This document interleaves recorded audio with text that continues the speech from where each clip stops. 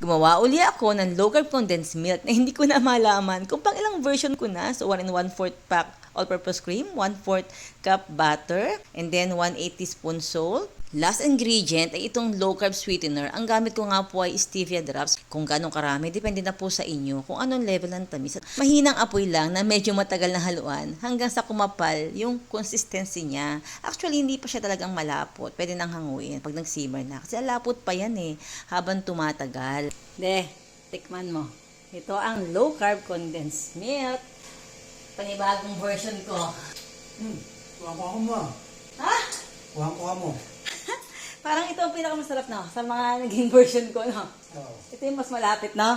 Sa totoong condensed milk. Parang tunay. Parang ito ang mas masarap.